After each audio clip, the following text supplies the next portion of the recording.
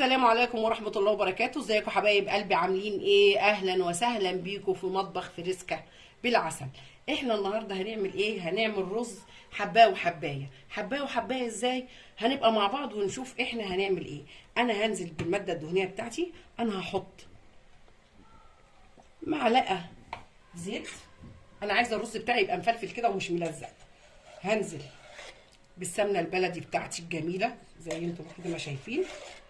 انا مش هعمل رز كتير، انا مطلوب مني ان انا اعمل رز حبايه وحبايه.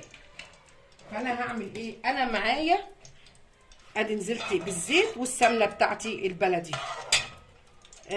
نفسي كنت تشموا الريحه معايا تحفه عسل. معايا معلقتين رز مصري البلدي بتاعنا. انا عامله كوبايتين بس، غاسله كوبايتين اتنين بس. انا نزلت بالماده الدهنيه بتاعتي. هعمل ايه؟ انا هاخد تلت الرز اللي انا غسلاه. بسم الله الرحمن الرحيم. انا خدت تلت الرز اللي هو تلت الكوبايتين، وهقلبه لغايه ما احمره اللون اللي انا عايزاه. هنبقى مع بعض واحنا بنحمره كده. الرز ده من الحاجات الجميله اللي طعمه تحفه. يعني ما عندكيش حب شعريه، ما تقلقيش، شويه رز حمريهم ونزلي عليهم بقيه الرز. عملتي احلى رز حبايه وحبايه.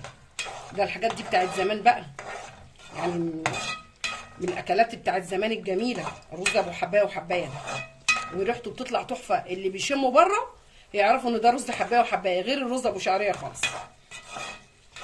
هقعد احمر اقلب واشوح في الرز ده لغايه ما لونه يحمر، ونبقى مع بعض نشوف اللون بتاع الرز بتاعنا هيبقى ايه.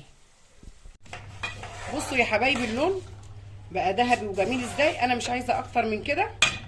انا هنزل ببقيه الرز بتاعي. بسم الله. يعني ايه؟ اللون هيغمق اكتر مع تقليب الرز واحنا بنشوح كده.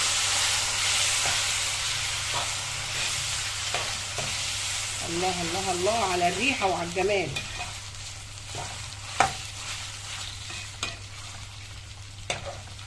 الله على زمان وايام زمان. رائحه العبق الزمن الجميل. ايه الجمال ده؟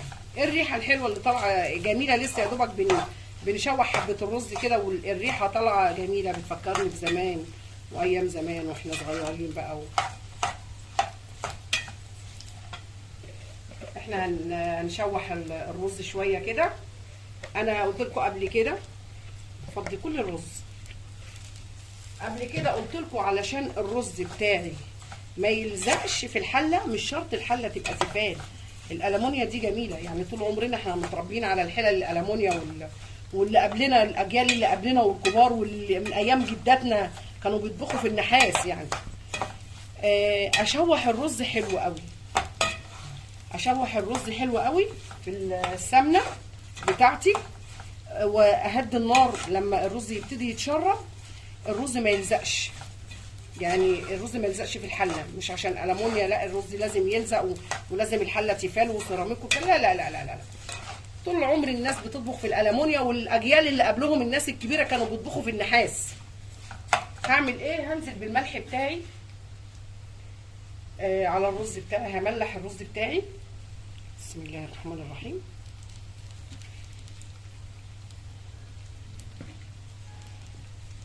نزلت بالرز كده بالملح. مش قادره اقول لكم والله على الريحه وعلى الجمال. يا ريت بقى اللي تشوفوا الفيديو بقى ما تنسونيش بقى في اللايك. الصباع الحلو الجميل ده، السبابه ده كده يدوس لايك. السبابه ده يدوس لايك. شوحنا الرز بتاعنا كده زي انتم ما شايفين.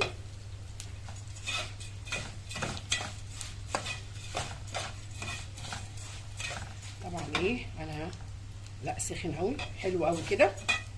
هنعمل ايه بقى؟ هنزل بالميه السخنه بتاعتي. بسم الله الرحمن الرحيم. بسم الله الرحمن الرحيم. بسم الله الرحمن الرحيم.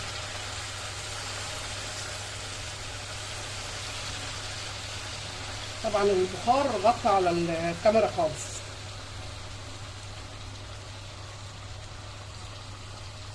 بسم الله. طبعا انت عينك معيار، يعني عينك معيار الرز بتاعك، عشان احنا محمرين ده شويه، مدينه تحميصه شويه جزء منه، يعني اهو زمان كانوا يحطوا معلقه يسقطوا معلقه كده، لو المعلقه سقطت كلها يبقى المعيار حلو، لكن لا طبعا كل ست بيت داخله المطبخ وايدها على طول في اكلها، فعينك بقت معيار. هو كده يعني ايه، نديله حته تانية كده، عيننا بقت معيار كده حلو قوي. نعمل ايه، احنا ممكن نعمل حاجه بسيطه خالص، يعني نديله رشه فلفل اسود، من الحاجات الحلوه اللي بتبقى مع الرز. مش قادره اقول لكم والله على الريحه. ايه رايك في الريحه؟ الريحه ايه رايك فيها يا محمد؟ الريحه تحفه. نغطي على الرز بتاعنا ونشوف الرز لما يستوي هيبقى شكله ايه. بصوا يا حبايبي، انا عايزه اوريكم ان الرز ما لزقش. بصوا اهو، بسم الله ما شاء الله، اللهم بارك. بصوا ما لزقش اهو، ما لزقش. وبصوا مفلفل ازاي اهو. هنرجع مع بعض واحنا بنغرف.